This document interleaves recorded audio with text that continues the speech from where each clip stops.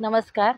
मी सर्वप्रथम डॉक्टर बाबासाहेब आंबेडकरांना विनम्र अभिवादन करते आणि स्वर्गीय विलासराव देशमुख साहेबांना पण मी विनम्र अभिवादन करते.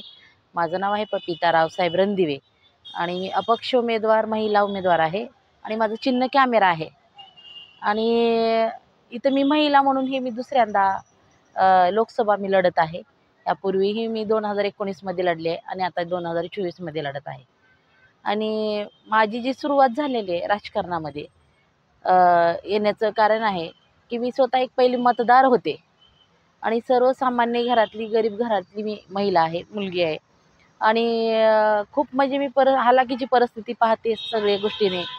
म्हणजे कुठलीही म्हणजे लातूर आपलं पाण्यासाठी खूप प्रॉब्लेम आहेत पाण्याचे. लातूरमध्ये दुष्काळमुक्त लातूर करण्याचे आश्वासनं आणि स्वप्न खूप मंत्र्यांनी, नाव न घेता मी सांगते, मंत्र्यांनी, नेत्यांनी स्वप्न पाहिले, आश्वासनंही दिले.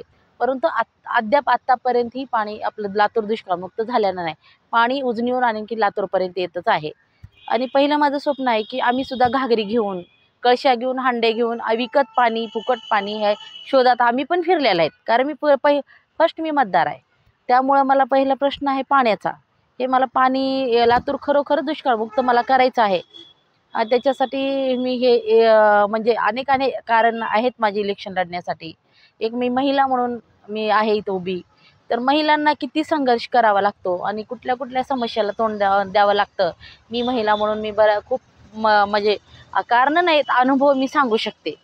मी सांगायचं म्हणलं तर खूप अनुभव पण आहेत माझे, की एखाद्या महिलेला कुठल्या कुठल्या समस्याला तोंड द्यावं लागतं, करावं लागतं.